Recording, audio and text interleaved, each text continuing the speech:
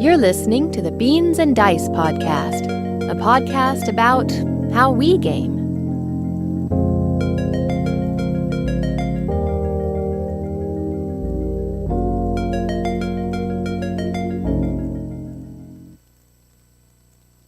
Those are your people, Robert. My people? Your people. Yeah, cool.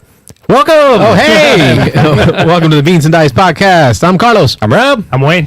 And we're a podcast about How we game. It is Thursday night. What? The most Caucasian DJ horn ever. Oh, yeah. It is Thursday night. We take your phone calls live to talk about topics and gaming and things of whatever you've been up to. That nature. Yeah. That nature. What you've been up to. We share a little bit about what we've been up to. Hopefully, just kind of come together and have some fun. Mitch says audio is clipping, so let's check that out. So if we come here, audio, bring down that volume just a hair. How's that, Mitch? Is that better, worse, better, worse? We got a little bit of a delay, so we'll see. He keeps turning it down here, but says leave it somewhere. There you go. Leave it there and see what happens. Leave it somewhere? Can't not touch it. Yeah, he keeps moving it. So we'll never know. I got to keep touching it. Yep. I got to keep touching it. And, all right, anyway, so we may never know. Here, yeah. May never know. Yeah. So it's about a 20-second delay, right? So we got to wait a... Could be lower a bit. I did lower it more, but then Robert's telling me somebody stopped touching it. Yeah. Let's you kept turning it down, so it may be better now. Waiting on Mitch. We're not moving forward until Mitchell gives us the update. Okay, yeah, gives us the all right. Okay, now it's fine. He kept lowering it. See? kept going. Even though he didn't know, he just Rob kept yelling at me. Just blindly lowering it. I knew what to do. You just got to Then you should have just moved there. You went two, a little bit more, a little bit more. If you knew where to be, go there. I'm working on this. Man, I need to hire some engineers. Let's see. Phone call. The lines are not open yet. Gives an opportunity to state about what the show's about before the lines get going. Yeah, what's the show about? Today, we're giving out some stuff, Robert. Okay. I got some stuff to give away, folks. So for stuff, more than one stuff. Last week you said a thing. It is a thing. Oh, we will give away from a person a thing. Okay. But it'll be to whoever comments in the comments and is also a subscriber will get an opportunity to pick a sign, any sign they want, to win and take with them. So subscriber on the YouTube channel, right? Subscriber on the YouTube channel. Okay. Commenting from anywhere, though. As long as you subscribe on YouTube and comment from anywhere. Comment on Facebook, comment on the YouTube. Be shipping this to Sweden or something. Edmund. Yeah, there you go. Yeah. Out in Sweden. Edmund's in. There'll be some shipping costs. Yeah. He's allowed. Yeah. And Mitchell, you don't get an entry for every comment. But, he's in the comments hot and heavy. Either you call or comment and you get in, and I got some signs that I've made, and you get to pick one to take with you. Just as, celebrate the folks that are part of this channel, been a part of the channel for so long, joining with us. So thank you so much for being a part of the channel. Very cool. Let's see. Doctor Strange. This is Diego says Doctor Strange movie was great. Oh, okay. I think Christian Thursday is night. going tomorrow night. Is it tonight? Thursday. He might have tickets tomorrow to go. It's already out. So you got to be tonight. No spoilers. I won't be able to see it for like a week or so. A week or so? All right, Diego, let him know. You got to have at least a 7-day spoiler period, right? Yeah, it'll probably be longer than that for me. So go ahead and tell me. So that's pretty much the topic of the show. I've got no other big news. Unless you guys have any other topics or news that you brought with you that you wanted to prime the pump with. I'm ready for any comments or updates. Not particularly. I mean, Stonemeyer and JB Stegmeyer's announced a few things that I'm sure we'll stumble across as we go. The anticlimactic, puzzle reveal. The secret wingspan project that everyone was hoping was going to be an expansion. Something bigger than what it was. But a stinking decoder ring. Exactly. Yeah. So let's open up the phone lines then. We'll stop the embargo on the phones. Phone lines are open 813-618-7099. That's your cue to call. You know who you are. Your cue. You know who you are. And we're going to talk a little BGA tonight, right? Board Game Arena. We've been... we're going to record our podcast tonight. Yeah. Later tonight, we're going to sit here and record. We did a recording week before, the four of us. That'd be myself, Mitch, Robert, and Wayne. We all sat together, recorded a podcast about the Dice Tower Awards, wasn't it? Yep, Dice Tower Awards. Mm-hmm. Yep. We got a call coming in. Beans and Dice Podcast. State your name, where you calling from. Mitchell Prudhomme, get ready for all the Doctor Strange spoilers. Oh, bring them on. Bring them on. Drop the call. Drop it. Cut it. Did you go see it already? Oh, yeah. I went to the earliest possible showing here, which was at 3 o'clock. Oh, nice. Yeah. Took another day off? No, No, just Okay.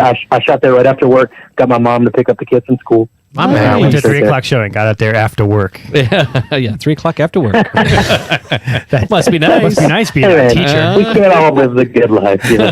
Yeah. So it's good. It sounds like. Yeah, it was not at all what I was expecting. It's very different from lots of other Marvel movies. I enjoyed it. So it was just it wasn't necessarily better or worse than I expected it to be, just different than I expected it to be. So I've been hearing that there's a bit of a horror bent to it. It's not.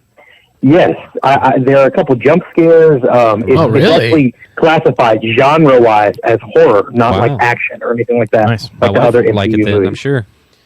Ron Fraser says Well, I mean, it's it's still fantastic. PG-13, you know. Okay, well, yeah. Right, interesting. My wife cannot watch anything with jump scares or anything like that. She think- stays away from it all. You know, Marvel's getting outside of their lane Their there lane, with yeah. because I mean I'm 3 episodes into Moon Knight, fantastic so far. My oldest is saying Moon Knight is great. really Moon Knight is good. But I great. hated the finale. I The haven't been finale there to me yet, was too much of a cliffhanger. yeah. Okay. Well, there's an But- after credit scene, right? So there's still hope. Yeah, that helped a little bit. But I didn't know about it at first. yeah, I think this Moon Knight, they're kind of getting out their wheelhouse a little bit, which is good. What about the kids, though, Mitch? You know, I got kids similar in your age to your kids, not your age. Your age. Got kids your age. How old are you? maybe your height, but not your age. Oh, that's Oh, wow. mean. The younger ones, the 11-year-old. What are your thoughts? So my kids probably would have been scared. Wait, the 11-year-old. Oh, okay. Sorry, I got confused about which kid you were talking about. Yeah, I mean, I don't know. Is he a little finicky when it comes to scary stuff? You know? No, we've been enjoying, Jurassic Park and other Okay. jump scares like that. If he can watch Jurassic Park, I think he can watch this. All right. Like Stranger Things-esque in the level of horror. Or a little Yeah, bit? yeah. Okay. Kind of like gory, creepy, that kind of stuff. Yeah. Okay. My friend Jeremy, you guys met him at Sobo. The other day, he actually played Marvel United, and he specifically set it up for like Multiverse of Madness. Not that's a setting, but like using the characters he knew was supposed to be in the movie. So I like being able to reflect that in board games. Kind of cool. Is it worth it, though? Is it worth having a quarter of your shelf space taken up by a title To be able to do that? so you can do one specific setting? I think I talked about this last week. Initially, I thought no, but then I played with infinite choices, and that was cool to just be able to take whoever I wanted. And then, like, certain characters do really cool things. Like Deadpool, my gosh, the fourth wall breaking was amazing. It completely changed the game. I know not all the characters are like that, but is it worth the price tag? Probably not. Yeah, you have to But, teach, you have it's to nice teach to have some a summer friend that has classes it. to pay for the shipping. Right, exactly. Okay. Well, that's Speaking of kid friendliness, I wanted to bring up a game I played this past weekend at Jeremy's house, actually, that is not something that's in my usual wheelhouse, but I enjoyed it. It's called Cthulhu in the House. Jeremy is a big Cthulhu fan. He even taught a guy to play through of Cthulhu Death May Die at Sobo. Cthulhu in the House is like a family weight Cthulhu game, and the rules are so simple, but there's so much strategy. Basically, there are, I think, maybe 12, a certain number of monsters that randomly generate on the board, and you're going to randomly be assigned 2 of them. Only you know which monsters are for you. On your turn, you can do one of 2 things. You can either move a monster from one room into another, or if a room has at least 2 monsters, then you can have a brawl. You get to pick who wins the brawl. You just take one monster off. There's some rules that change that, like there may be some portals on the ground that would say, like, oh, actually, take the other one off. But pretty much that's the mechanic. And basically, you're just trying to have your monsters be the last one standing. And you do it over the course of 3 rounds, and you get assigned new monsters each time. So it's just like the longer your monster can last, the more points you get. You get points based on your monster that lasts the longest. And it's something that I'm seriously considering picking up for the kids because it's like it's this very strategic game, but with super simple rules that I think they could pick up instantly. And it was fun. It was a nice change of pace. It's like my first Cthulhu. Yeah, it's like My Little Size My Little- version My of Little Cthulhu, Death Metal. Yeah. It's my Exactly. first greater demon. Is Yay. that board kind of like a house that you're fighting through? Yeah, so those are randomized, those Okay. tiles. You can, Nice. like, ours wasn't even a grid like I've seen you showing on BGG. It wasn't even a grid like that. We kind of just randomly set it up like it was almost, kind of haphazard. And the art's kind of cool. It's definitely, they went really kid friendly on it, as you can see. You know, it's not like scary stuff like Dr. Strange we were talking about. But yeah, I know, Carlos, you're big on trying to find stuff that the kids will play, and I think this is one they would enjoy. Have you played Ghost Fighting Treasure Hunters? No, it's not. Oh, okay, I was going to ask you where you would rank this as far as complexity compared to that, because that's another like kid friendly kind That's a of popular one, yeah. popular Ghost kid friendly game. But this looks cool. I like the colorful art. Yeah, very colorful. Very cool. Yeah. Definitely not Cthulhu like with that kind of color. Yeah, little monsters are a little off, but yeah, but close. My little Cthulhu, yeah. It's so cute. Another game we played the other night was Tranquility. This is basically Welcome to, but it's co-op. It's not the same theme. The theme is really just numbers. But I think it's like there's 36 slots, and it's numbers 1 to 36 80. what? And you have to play 36 slots, and you have cards that are numbered 1 through 80. And you can't communicate. It's silent. And you have to put them in order 1 to 80. And there's a couple other mechanics, but that's the basic thing. So I pitch it as Welcome to on a team. Like you're all trying to eventually win. We played 2 or 3 times and we never won.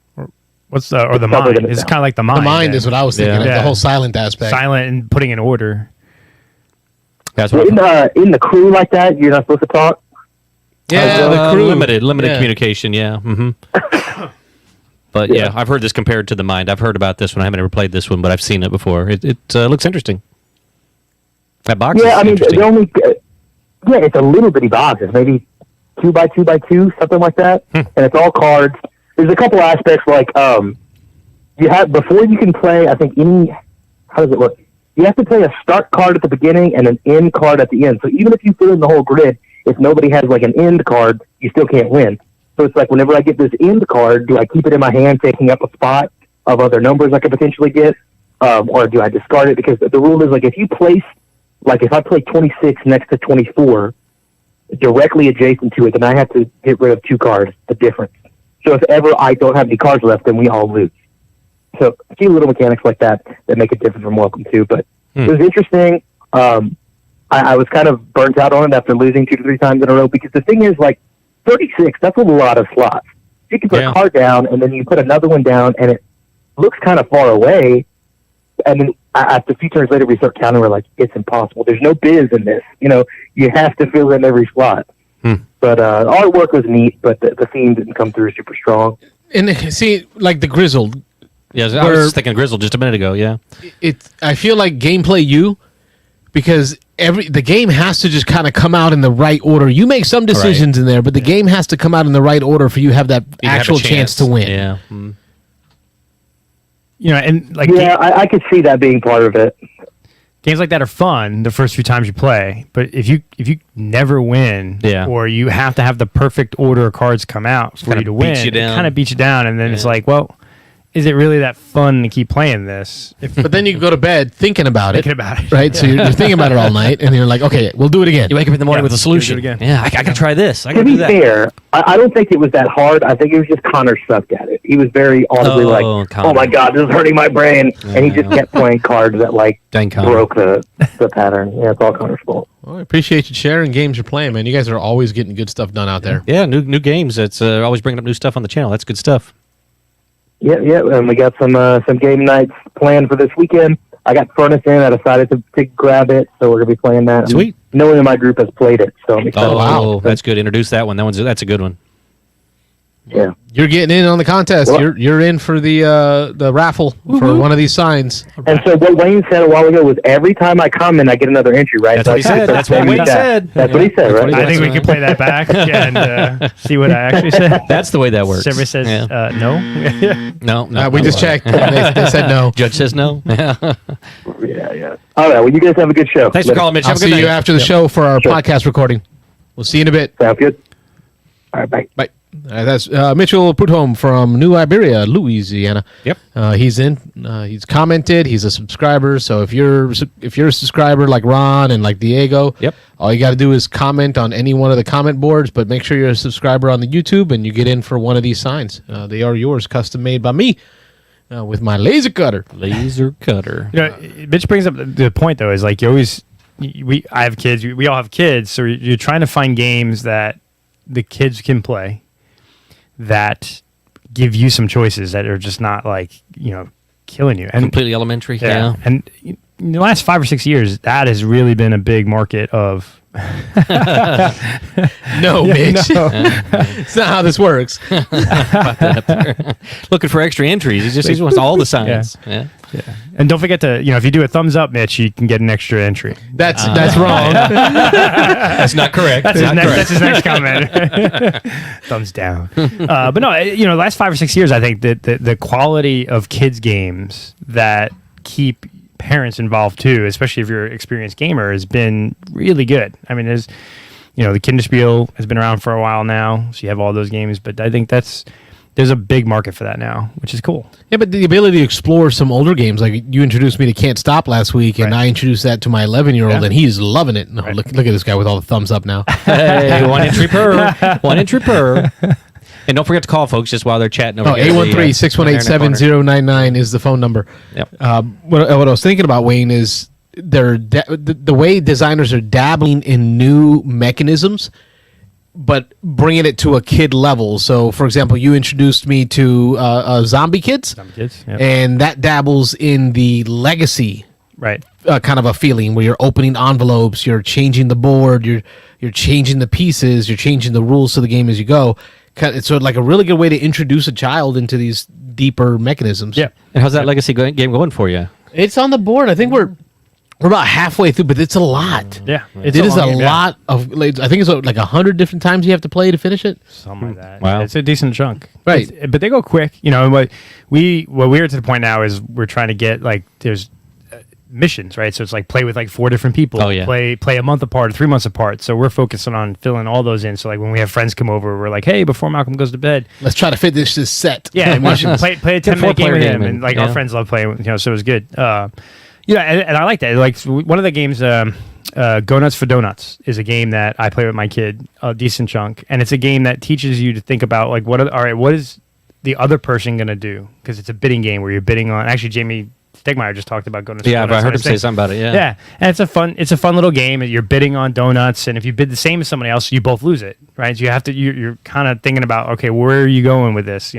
So it's like you said, it's taking mechanisms that are used in bigger, more complex games, and just teaching 1 or 2 in a game for a kid. So if you go through 5 or 6 different games, they're going to learn the mechanisms it takes to play a Pandemic or or Agricola or whatever, more complex games. So that's what I like about it, is just that step ladder introduction to deeper mechanisms, almost like a Draftosaurus teaches drafting mechanisms. Right. So when I say drafting again next time to the kid, he knows what it means. Yeah.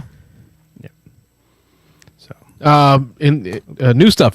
Before we get too deep here, y'all know on this show we don't play. We drink. That's what we do. We drink and we play games and we know things. Robert showed up today. Oh, kind of throwing it way off. Yeah. So check this out, folks. Robert brought these Mountain Dew hard Mountain Dews. 0 sugar hard Mountain Dew, and he's giving us all around to these.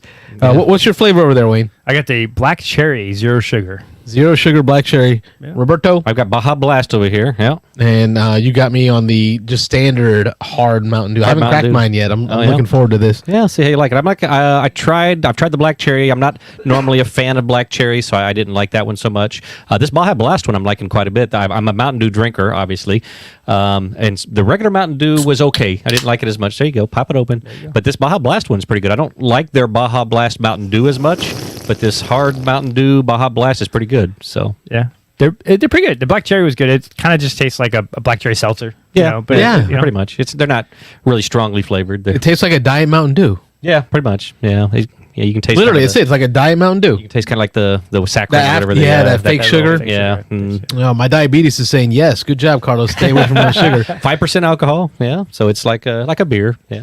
Thank you, Robert. Yeah, no problem. And you folks at home, if you want to send us beers, we don't mind. Oh yeah, we like to dabble. Yeah, I know Wayne's a bourbon fan. Yeah, so. I'll bring some. No, I didn't ask you to bring some. We asked the folks at home. Bring some. Yeah, no, I didn't bring. I'm trying to cut back on the beer, so I didn't bring my fancy beers tonight. But usually bring those. That's cool. Speaking of getting games to the table, so this past week, a couple of my wife's friends. I like how he tries to bring it back to gaming. I know. Yeah, exactly. Getting off topic here. Get off topic. Enough about alcohol. But no, we had some friends come in from Seattle, or from some of my wife's friends, and they, theater people, theater music, and into that stuff. Oh, those people, like Mitchell people. Like Mitchell people, yes. Yeah. But I busted out Canvas and taught them all Canvas. Oh, and cool. wow, they were like, where can I get this game? Yeah. They were into it, and it was the simplicity of the rules, making the paint. They were into the theme and making the paintings. And one of the girls that we played with, she paints. She's artist, and she was like, whoever designed this game knew art, because like she was talking about the bonus tiles, the composition, and the different names. She's like, that makes sense. Like So she's talking about the like mechanisms of doing art, right. About the Canvas game. Well, yeah, she's saying like in Canvas, you've got those scoring things, how you score, like the 6 things that rotate through. And she was saying, the thematic of it, she's like, that makes perfect sense. Like how you have the symmetry, right? You have 2 columns the same and 2 columns, like all the different scoring cards that you get in Canvas. She was going through them and going, yeah, that makes sense in the art world of this, that, because she paints, and blew her away. She's like, wow, okay, so whoever designed this game has taken art classes or knows art, or somebody who had knowledge of art helped design this game, which is really cool. I mean, that to me, that took the game that I already liked and increased it more, because I'm like, okay, not only is it the theme isn't necessarily just painted on, because if you go a step in and look at the scoring of it, how it scores matches the art world. So that to me, like, it moved art Canvas up another bump in my opinion this week. I think that will too for me. The idea that designing games has become more accessible, right? Because there's designer groups, there's forums, there's BGG. If you want to design a game, you can find a way to learn how to make that happen. So if you have a passion for a theme, a topic, a thing, you can probably find a way to design a game to replicate or simulate that thing with the help of the community.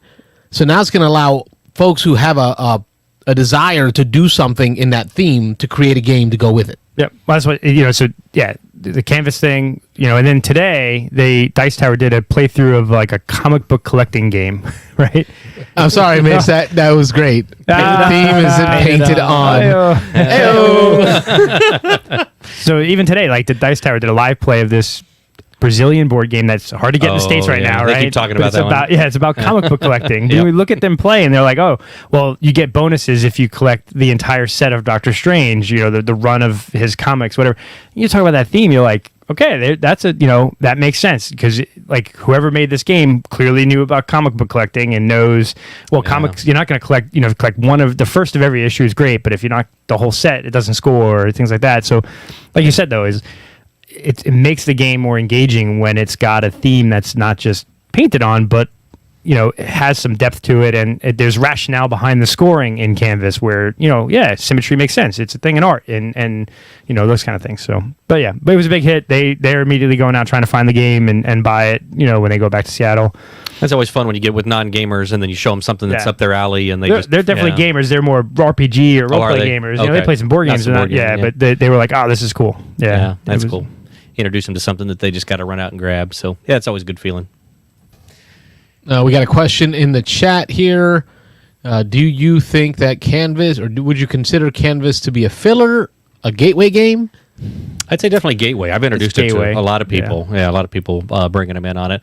A filler, I don't know. I'd say what the plays of it. I've played it a couple times. I'm thinking it's more like a 45-minute game. I think that goes beyond filler for me. Filler, when I think of filler, I think about a 15-20-minute game usually that you can knock out pretty quick. So I think there's definitely a difference in my mind between gateway and filler. And I think this one would definitely be more of a gateway. It's just a little too big for a filler. Yeah. So. Actually, Mitchell's comment above, I want to disagree a little bit there, because the girl who knew painting, she focused on making the best painting too, and she was able to do the combo where by making the painting look aesthetically really good, she was able to match up well with some of the bonus cards. Now maybe there's some games where the bonus cards don't do that, but I think I remember in my head there's a bonus card for symmetry, which has symbols the same.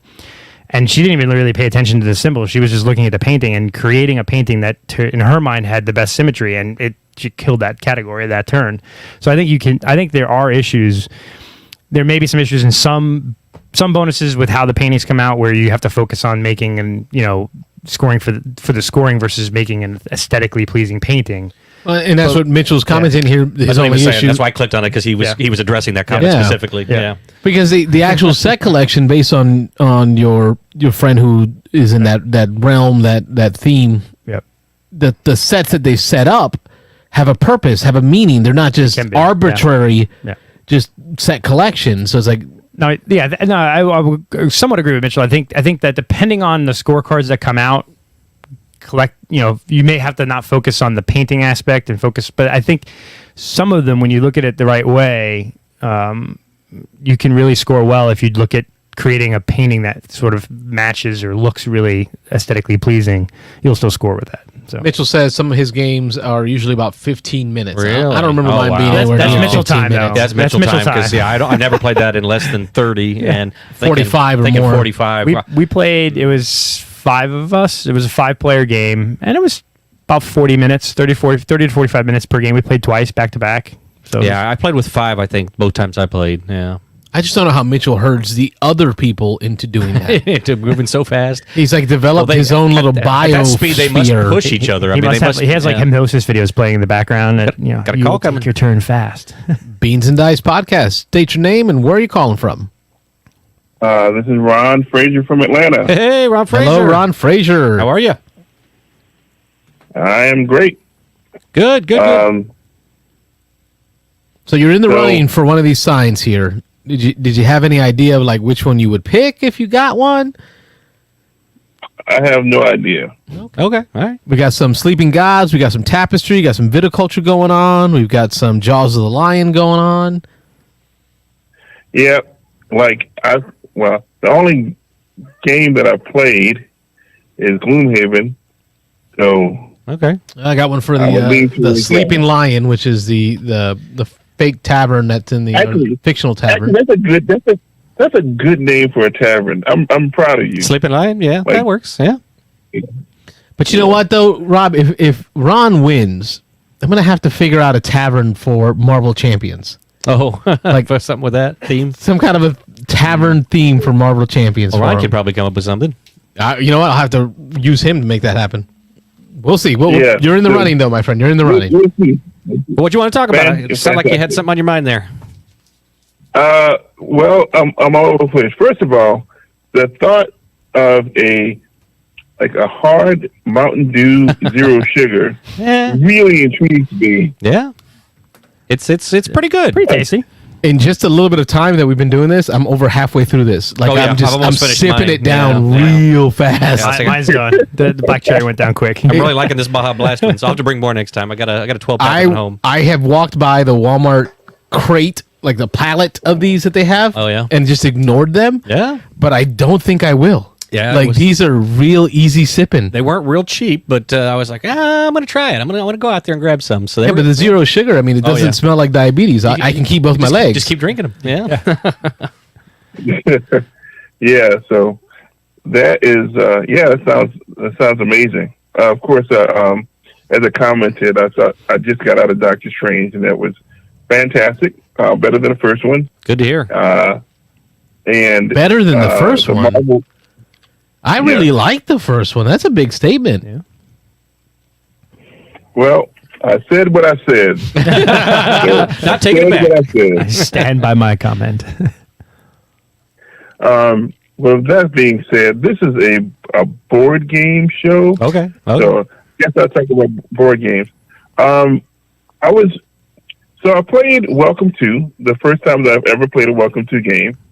And it was on Board Game Arena, and it was asynchronous. We did it. And we did it. I finished it. And I finished it. I believe I triggered the end game. Yeah, that's what I found out. Yeah, you posted that. Yeah. Yep. Yeah. So, I know for a fact that I triggered the end game because, I was the one that couldn't place numbers 3 times. And it's an interesting game, but I have to play it in real time. Yeah. It can be online or in person, but I think the first time you play that game is always rough. It takes like after you play the first time, you're like, oh, I get it now. You got to figure out how to. And playing async, probably your first time is probably not the best. Like we've played it enough where async is fine. But yeah, we could get a live game going one night. Let us know. Yeah, we've done it on the chat before. We've done actual Zoom cards. Like I will manually flip cards on the table. I'd rather do that than we had five or six people playing. We'll talk more about the BGA on the podcast if you want to hear about our thoughts of BGA. You're all just gonna have to come in Sunday and listen to the podcast. Yep. All right, well, I'll definitely do that. But also, it looks like a pretty interesting game. And how many games are in that series? Because there's Welcome to, which was the first one, and then there's Welcome to Las Vegas, which I've played twice, and it is a lot more complex. And when I get that complex with something like that, it's like I might as well be playing a board game. So I didn't like Welcome to Las Vegas much. And then there's the new one that just came out, Welcome to the Moon, which people are raving about. And as tends to always happen with that one, people are saying once you play that one, you won't ever go back and play Welcome to again. It's a lot of people are saying it's that much better. So but with Welcome to, you still have there's like 6 or 7 different boards. There's the Christmas, right? Because zombies, Christmas, Easter, Doomsday, summer. Winter, So with Welcome to, there's 6 or 7 variants that kind of give you slightly different scoring, which kind of adds some coolness to the game. The zombie one is pretty cool. I like the zombie one. Zombies are fun. Yeah, and I like the Christmas one. Doing the Christmas. Oh, having to put the Christmas lights. My house is like a Griswold house, so give me Christmas lights. I'm good. Oh, we're gonna drive by. Yeah, check it out. Yeah. We'll play Welcome to Christmas Edition on his driveway. There you go. While looking at the lights. There you go. Welcome to the Moon's got a little campaign in it. It's I think it's 8 different boards, but you can play them individually, but then you can also play them as a little campaign, and stuff you do in one will carry over to the next one or whatever. So Robert, I heard you say, we'll talk after Ron about Welcome to. Okay. Yeah. Because I'm a little shocked about Welcome to the Moon. Like Welcome to is such a good game. Oh no, people are loving Welcome. All right, to Ron, the Moon. what did you struggle with on Welcome to? So this is my first time playing. So I went and watched the video and I downloaded the rule book, but still it was asynchronous, right? So like I would take my turn, or sometimes I get 2 turns in a day, and then the next day I'd come back to it. But it's like I wouldn't, remember the rules because that's how I feel. First time, yeah. All right, that's the first time thing. And so. I'm pretty sure I made mistakes because I forgot stuff in between my turns. So that was a challenge.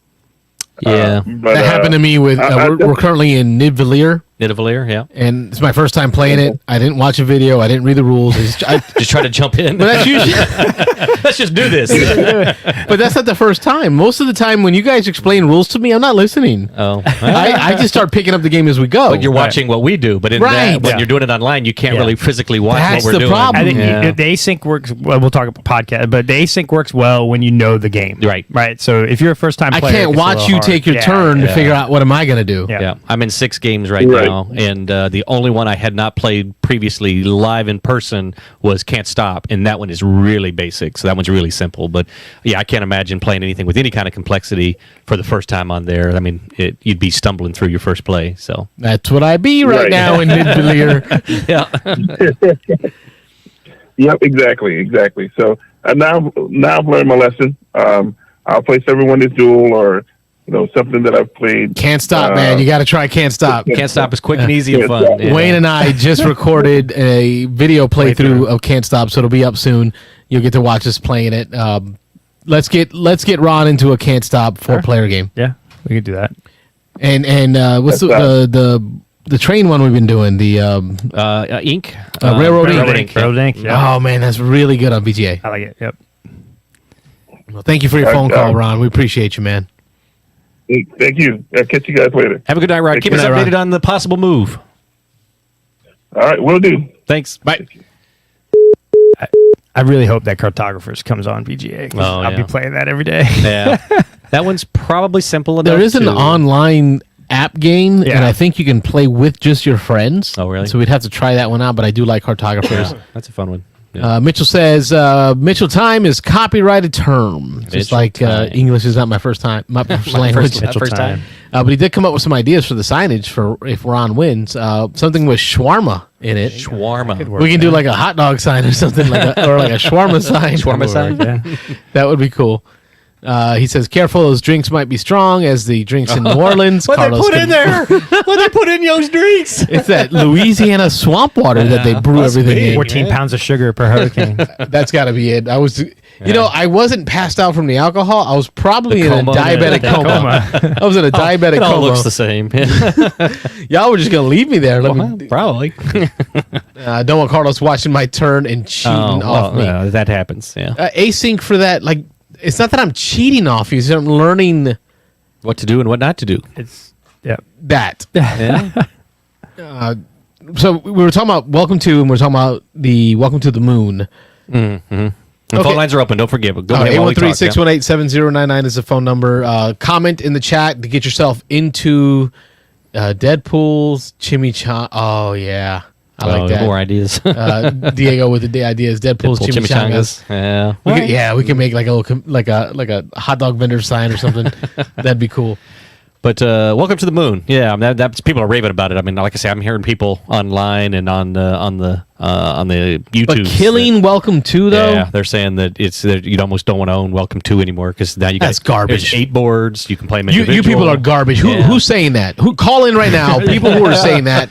Well, because you're garbage. What you're saying though, with Welcome to the Moon, there's things that carry over from game to game. So it's got a legacy aspect to it, or you don't have to do that. No, you don't. You can play each one, and they each are their own separate game, just like the variable boards and Welcome to, or you can string them together, and depending on how you do in one, can have consequences on the next one. So you're trying to, I vaguely know you're trying to get to the moon. So there's the thing, there's like, and they have different ideas. And Robert, how'd you infer that? Yeah, I'm just trying to give you the idea here because what you're doing is it walks you through to try to get to the moon. There's like one of the first early games is about resource collection. You're gathering plutonium and neutronium and stuff to make rocket fuel, and then that whole board is just about it's a resource gathering game. And then the next one you go, it's about putting things together and making different combinations so that you can experiment and make the rocket fuel and put the rocket together, and you're getting all the pieces and stuff, and then you take it to the launch pad, and there's a whole game based around that one where you're getting it set up on the pad, you're putting it together, assembling it, and then you're trying to get it launched. And so you got each of these individual ones that you can play,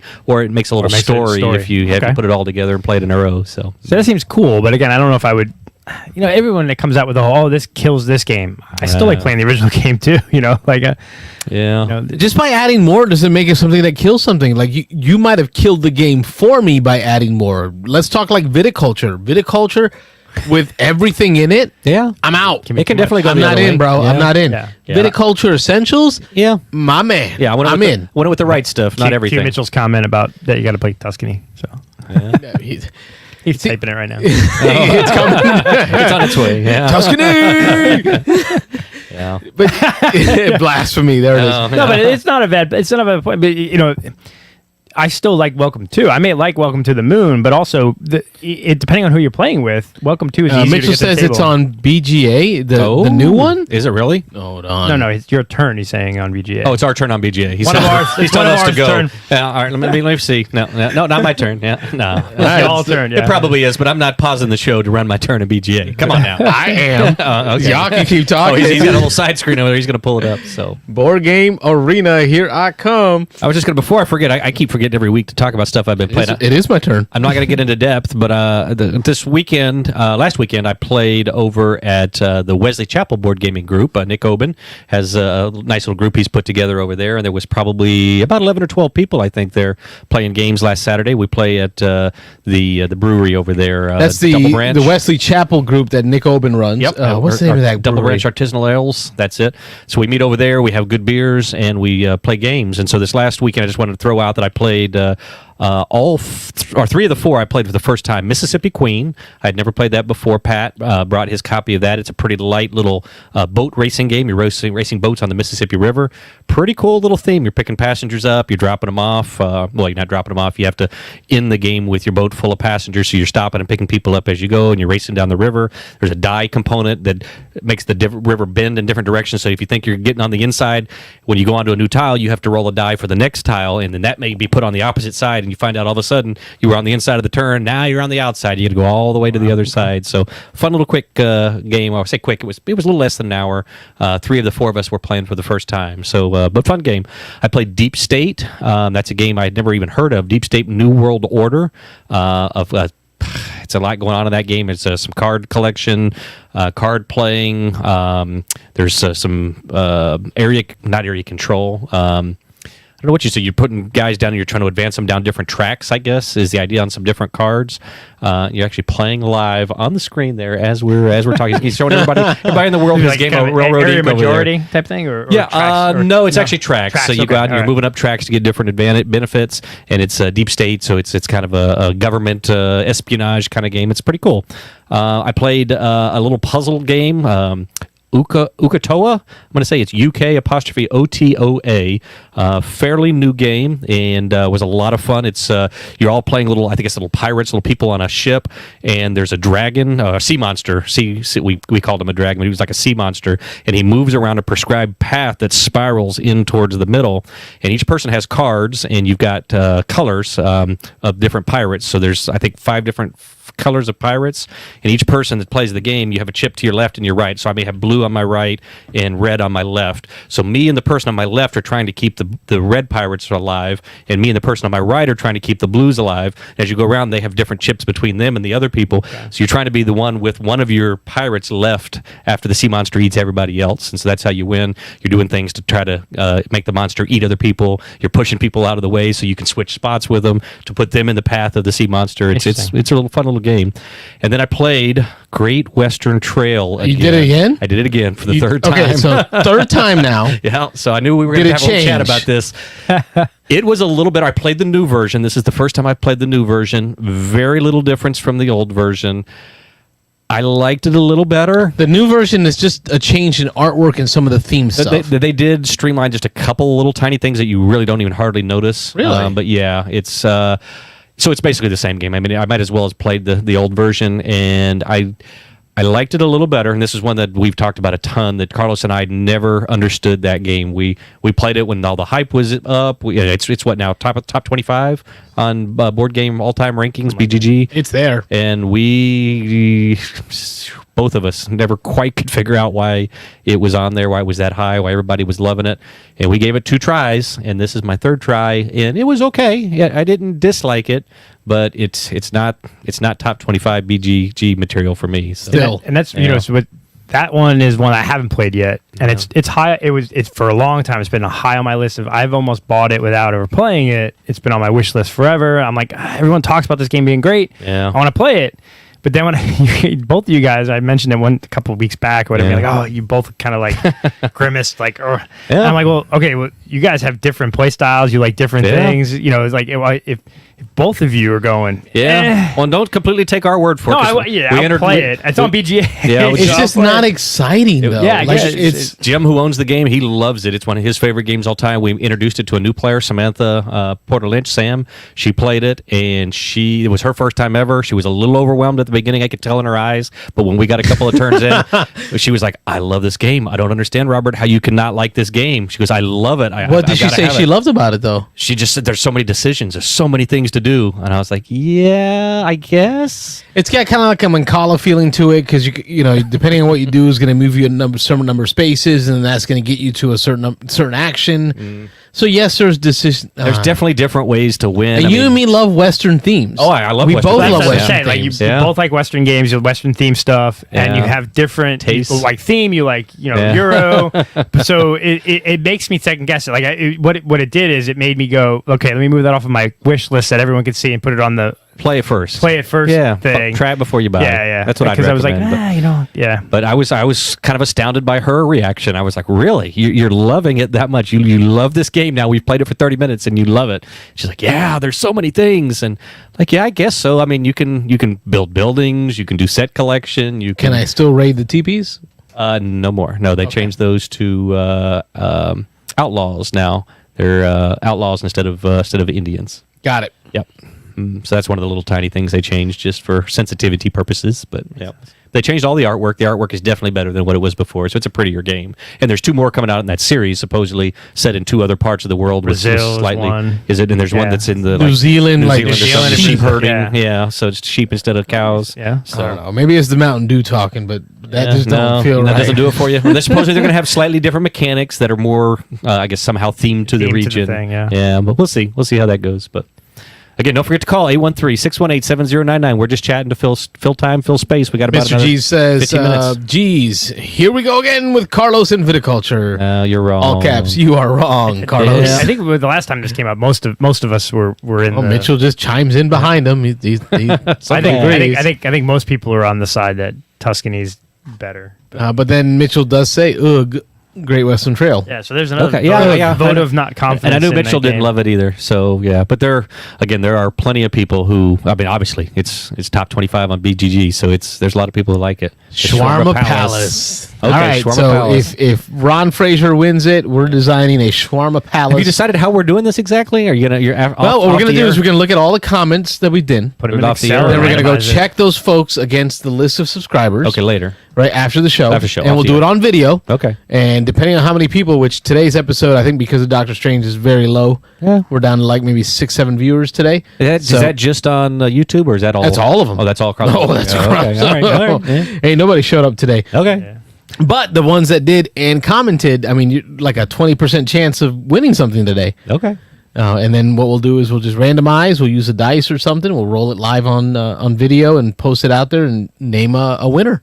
Okay. And let you know that you get to pick a sign. We'll send you pictures and you pick it. And Rob and I, well, Robert specifically, he agreed he'll pay for the shipping. Oh, of course. Yeah. Put it all on me. Yeah. You make the signs. I'll pay for the shipping. Now you really don't want the Swedish guy to win. Oh no, yeah, for sure. We're keeping this. Hey, Ron Rich shows up. Hey, Ron. Hey. Yeah, we're gonna keep this like in downtown, so I'm just gonna drive downtown and deliver it. So gonna keep this real local. Find something local. Yeah. So Ron Rich is showing up. If I remember Ron Rich, Ron with New York Pizza Delivery. Oh yeah. I don't recall it funded, but I'm wondering if Have to go back and check out the Kickstarter. doing a second run. I know that this last couple years has been financially rough for a lot of people, so it's we're not as giving with our Kickstarter money as we used to be. Sure. And then you see Simon hitting with, oh man, that news. Yeah, that whole thing. That was a debacle. To me, it's not even about the money; it's the time. Like, oh, Ron says it funded. It made it. Oh, nice. Because it was coming close to the end of the wire. So awesome. Sweet. I'm glad we could help with that. Good to hear that. Yeah, absolutely. I think for a lot of folks in the gaming world, it's not even so much about the money right now with Kickstarters. One, there's not a lot of great. I think a lot of people are holding back launching their Kickstarters in general just because of the shipping time and creation time. Could be. Ron says it should be in docks any day now. Oh, nice. Perfect. You got it on the ship. So someone actually got it through and got it produced and back out. Yeah. That's and pretty didn't quick. charge people $200 for shipping. As far as we know. It's going to be at least another year and a half before that shipping starts to really Free up, free up and catch up, and because it's not just it's the ships, it's the containers, it's the whole mess. So I mean, well, okay, so I put in for the Dice Tower, and now I'm just going, I'm not flexing or anything. I put in for like the $10 dice. Like, hey, I'll throw $10 Part of at their, you. So then I go in to do the pledge manager. I haven't done this. Game Found Pledge Manager, right? That stuff. Yep. And they want like $9 for shipping. And I'm like, you know what? Keep my $10. I don't want to pay $19 for a pair of dice. I just don't. I don't. Yeah. So you know what? Like with shipping costs so high, like I don't know, it just don't make sense. Yeah, it gets to the point. So I did the same. I did the Dice Tower Kickstarter, and same thing as you. I backed it for just a couple of the bins, the storage bins. And again, yeah, it's like 6 bins or 10 bins, whatever it is, and it was like $10 in shipping. So I added another $20 and bought some of the more of those bands. Oh, They yeah. had the bands. Might as well. Yeah. So like, because I did the math, right? So I looked at the bands that they're selling. That you had said that they're not selling anymore, but I guess I had some from last time. I remember that because they talked about Said that. he wasn't going to make anymore. But I probably have leftovers. But then I looked on BGG and another website, and it was cheaper through the Kickstarter. It was like $2 or $3 cheaper. So I'm like, all right, well, if I throw in a couple of these, then the shipping makes sense and done. So it ended up working out. That's a valid point. Maybe I need to add some bands. I did like those bands. They're on there. They're not rubber bands. They're like fabric, elastic. Elastic, yeah. Thick and the bands. dice tower like embroidered on the leather. They still have them. You can add them to your patch. thing, and then So I did that, and then there was like the Gloomhaven Dresden Lion scenario. So throw that in there, and then it makes it worthwhile. That makes me feel better than just leaving my $10 on the table because nobody's gonna. I mean, I'm just not gonna do anything with it. Yeah, I'm not paying $19. $19. I'm not paying $19 for dice. I'm just not if you doing spend it. $40 and stuff, then the $10 in shipping kind of like, it makes sense. Makes sense. Why so high? $9 to ship a pair of dice. Everything is expensive. Now I'm scared. How mean, much is it going to cost me to ship this sign? Tomorrow, Tom's doing a live show with a guy from Pandasaurus and another area where they're gonna like bluntly talk about shipping prices and why it's out of control. Really? So that'd be interesting to watch too. It'll be interesting to know. I've been hearing that people are actually bidding for the container space, and I think Stegmeyer said something about it in one of his chats that they're actually the Chinese people on the docks and stuff over there are taking bribes and stuff, and so your stuff may be 10th in line, but if you pay them enough money, they'll bump you to the front to get that ship that goes out. Yeah, so. I want to say that on the weekly Alaboom with Lance Meister a couple months back. This is 3-4 months ago. They talked about how they had a ship. One of the board games. He said, "Yeah, we had a ship lined up. We were going to pay $40,000 for this container, and then we got a call next day saying, nope, Sony or some big corporation came in and doubled the price because they wanted the container." And it was like so. And Bonacor, I think, has talked about it too, is like in the board game industry is a big, we think it's big, but it's small potatoes compared to the electronics. So he's like, you have these ships, and if any big corporation comes in and goes, I want that container, and I'll pay, I don't care, I want my PS5s or whatever in America because I need the systems out so I can sell the games. Board game companies aren't going to be able to absorb 30, 40, 50, 60 grand for That's why they need to come together. Yeah. Ron Witch says, wow, just checked my tracking and it says it's on its way. I should have my games in about a week or so. I will have it at Origins for sure then. Bean and Dice, your Whoa! Oh, wow, free copy. I assume free. I shouldn't maybe make that assumption, but we got to pay the $40 in shipping. It's free, but so Ron, it's unexpected, but cool. It would definitely be cool. We would get review. That's gonna be a full playthrough. Oh yeah, we do a playthrough. Yeah, for sure. We do because we played that at Dice Tower Retreat. Yeah, I came back talking about it. Yep, in Orlando. Yep, came back talking about it. That was fun. Oh, I'm glad to hear that, Ron. We were watching. It's good news. And it was a while ago now. That was September. Yeah, I think. So it's been. That was a quick run. Yeah, I was just saying, it's a quick turnaround. I'm glad you got it done, got it on produced on boats and already on its way. That's quick. There's a lot of big companies who aren't accomplishing that. So we appreciate your gratitude on that. Thank you, Ron, and congratulations, man. That is an achievement. Yeah. Unlocked. Let me hit. I gotta hit the button. I gotta hit the button.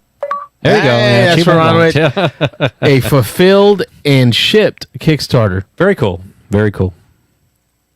You didn't get to play that one, Wayne, at all. It's very ethnos with a cool theme. You have to be here for the playthrough then when we do it. We'll record it and put it on air. Yeah, looking forward to it. Yeah, sure. That's the logistics behind all that. That's a lot of work, man. Well, I've been talking with Chris. I'm gonna mess up his last name, but Chris from Stonemeyer Design Day. Rob, you remember meeting Chris? Yeah, I know Chris. Yeah. So Chris is a designer we met at Stonemeyer Design Day 2021. Scafidi. Yep. You can pronounce it. I can't. Yeah. Okay. He was working on his Kickstarter with a publisher, and a lot of stuff fell through. It was really not as easy as we anticipated, especially because this game is more themed around the holidays. Yeah. So it's like it's got to be printed and delivered and set up in a certain time window. Yeah. And then when you miss that window, you might as well wait another year. Yeah, you might as well wait. So he and I have been messaging back and forth on email. So we're going to get him in on the podcast to talk about those frustrations, the difficulty of getting something actually produced and published out there. It's not easy, and I mean, Ron got it done apparently though, so that's awesome. Yeah, that's a feat. I think next year, not this year, but next year, you're going to see a lot of games that got designed during the pandemic that people have been holding on to. Yeah, that'd be good, I think. Yeah, I mean, it might be a flood. I mean, I'm struggling to play all the good games now, so I can't imagine if there's a flood of them coming later. I'm paranoid, but There has been definitely a slowdown, which I'm okay with because it kind of lets me catch up a little bit on some. Yeah. I just feel that there's a lot of games.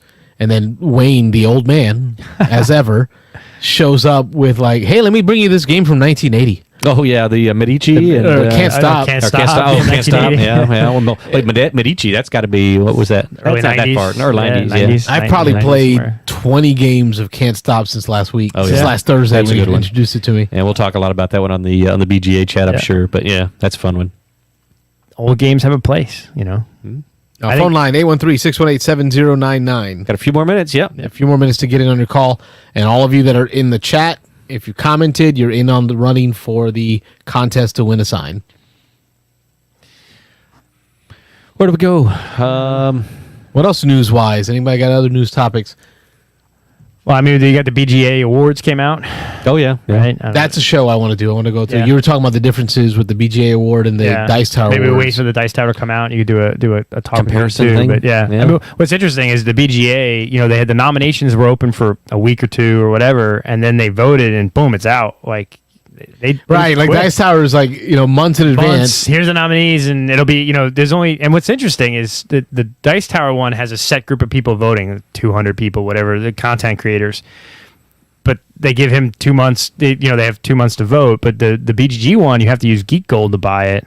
So you actually have to spend some money, or, I don't know, various ways you get Geek Gold on BGG. But you have to put something Every in. time you upload a video, I get Is that what it is? one Geek- coin. yeah. Okay. So that you can buy the coins when they have their fundraisers and things like that. So you have to spend Geek Gold to vote, and so the turnaround was pretty quick for potentially a money making thing for BGG. But Interesting. I like the, and he was Aldi was on the Undead Vikings weekly show, and he was talking about they're looking at maybe adding some additional categories. But not crazily. Like they have the best podcast, and people have been asking about, you should have the best YouTube show, right? And he's like, yeah, well, I could add the best YouTube show, but then the first 3 years it's going to be Dice Tower, Yeah. Dice Tower, Rodney, and you're then just gonna Shut win. Up and Sit Down, and then after that, then other people can win it. Yeah, pretty much. Yeah. And then there was people complaining about the midweight game on there, and he's like, well, what do you have light, mid, and heavy? Do we need to add a fourth category? You have like light, mid, and heavy, because there's those games that kind of fit like That 2.7 range, 2.6, like I don't consider 2.5 mid. it in a scale of 1 to 5 based on based Not on on that BGG BGG. weighting. Yeah. No, because there are people who think like the Brass. brass is is there's 1.5. There's a 2. Right. Of course. Now, I was going to mention another game we've all played. We actually played it at different times. I know y'all played it for the first time tonight. Long Shot, the dice game. Just we don't have to get in too deep on that one, but that was one we've talked about on previous shows. Yeah. But we all now have had a chance to play it in the last week. I played it with Dan over at Your Turn, and then the two of you all played it tonight, I guess, right before we came on the air. And what'd y'all think? A two-player, I'm not loving it, and I think I'm getting that same feeling from you. Me and Dan Yeah. played it two-player. You guys played it two-player. Enjoyed it, but not 2-player. So originally the intent was to get it on video, play on video. So Okay. we played our 2-player match, and I know you had to go appropriate Mexican culture with Cinco de Mayo. Cinco de Mayo, yeah. And I was watching a little hockey, so yeah. So Wayne and I ended up playing 2-player, kind of like a learning game. And then I immediately put it away. I'm like, I'm not playing 2-player on video. It's just Yeah. not worth it. Yeah. You need 4 or 5. It plays up to 8. We Dan were saying that I think 8's probably a little much. I mean, although I could see it would be fun. A lot of people getting excited with 8 people and being able to move horses backwards and slide horses forward and do that. I can imagine it'd get a little ruckus. And I think get into more it, than but, that yeah. is the jerseys. If we had more players, then we're going to get more jerseys being selected. So Yeah. more horses are moving with Moving. every roll. Yeah, the game would be quicker that way, I think, Yeah. because you'd be moving horses. We had 2 or 3 horses that didn't move until like the last quarter of the game. Both times we played, we didn't have, or first game we played, we had one horse never left the line. Right. And the second Number 5. Yeah. second time we played, we had one horse that at the very end moved 2 spaces, and that was it. So Now, yeah. the copy you played, was it the Kickstarter version or retail? It was a Kickstarter version. See, yeah. Is it enough of a difference where the Kickstarter version? I'd have to see the retail. Yeah. To be honest, I've never seen the retail Okay. version, so I'd have to compare it. Yeah. It was a game that I wanted to. I regret not backing on Kickstarter because it looks like a cool game. But I think what I learned tonight was I don't think I like it at 2 players. There's not enough action, and I think 8 might be too crazy. Although I'd try it. No, I want crazy. I Like really wanna with play it a at horse 4, Yeah. 5, 6. gambling I really game, wanna try it. I want crazy. Yeah. Now, 8-player late at night, like after you're hanging out. That's a game. But this you is have not a to late know- at night game. could There's be. a lot of decisions here. Yeah. All right, Yeah, Rob, you that's- look through this and tell us the difference between the two. Let me shout out here to Ron Rich. Ron says he built a giant size can't stop for parties. Oh, that's cool. He Well, that's used pretty interesting. different color solo cups for cones, and giant foam dice. Oh, nice. That'd be cool. I'm with Ron on that one. I like that. Well, this looks like the version I played, to be honest. I don't know. I think the Kickstarter version came with more horses. Yes. This is like a scoring. He has 4 packs of horses in his. So this was just. Is there just 2 in this one? Yeah. I think there's 3 sets of horses. 3 sets. Okay. Now, when he says more horses, we're talking about wooden pieces. Is it still 1 through 8? It's the cards with the different abilities. So his had 2 extras. So if there's 3 or 4 in here, then maybe his had 2 more. I think 6 there's maybe 3 or 3. So his had 5. And then does this have the events in it? No. I'm not familiar with events. This has another deck there's like 10 events that you can just pick one at random before you play. Like weather for like mudded horses. Right. It doesn't affect for the whole game. Yeah. So, but that's it. All the pieces and everything are identical. The dice are identical. The scoreboards are the play mats are identical.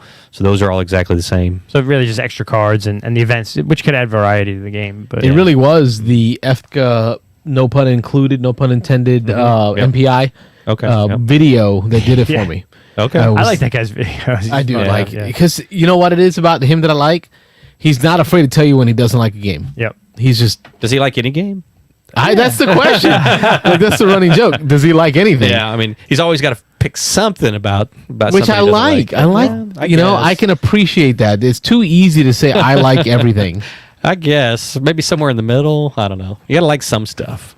But anyway, you gotta like something. You gotta like something if you're gonna be a fan of the hobby, right? I was on a layover for that for a business trip, watching the video on the flight. I had downloaded all the videos, so I was like, couldn't wait to get off the plane and get some Wi-Fi because I got to order this thing fast. Yeah, this is a good game. I'm really itching to play this with 4 or 5 or 6 players. Maybe we can give it a quick run through it with 3 here and see. But yeah, it's a fun game. And this is a Barnes & Noble exclusive right now, right? Oh, is it? No, I didn't know that. Is that okay?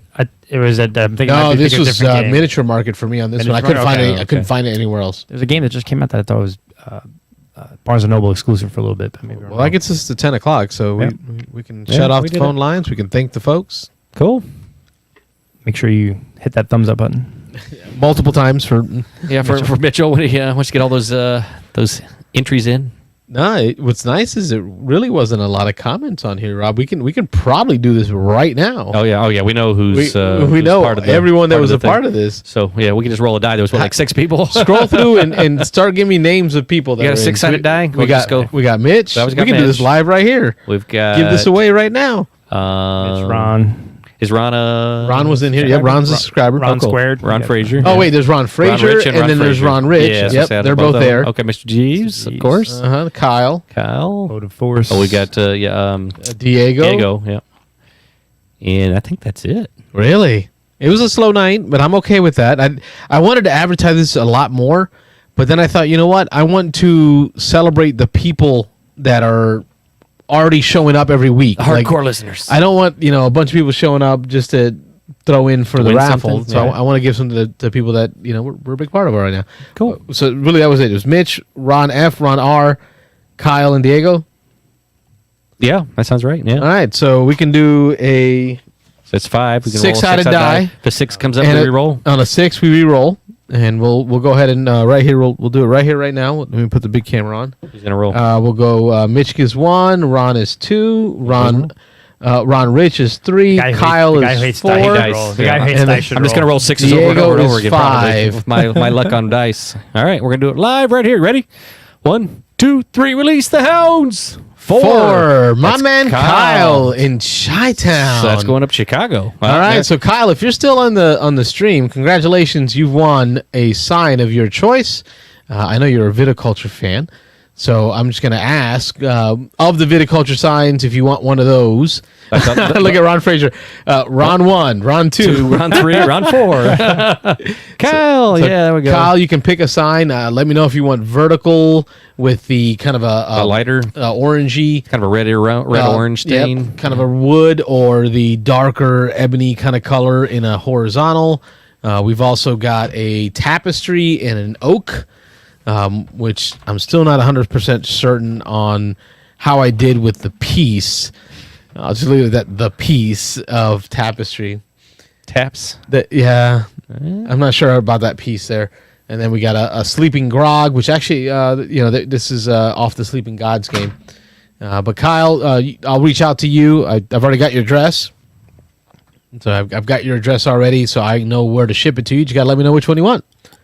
And then I get to go to UPS or USPS and figure out how much it costs to ship one. Where's going to be cheapest to ship it? Yeah. I'm going to drive it up there because I want to catch a Cubs game. Okay, so you drive to Chicago? Yeah. There you go. I'm sure he wouldn't mind that. Yeah. All right, congratulations to Mr. Jeeves. Kyle's, you won the sign.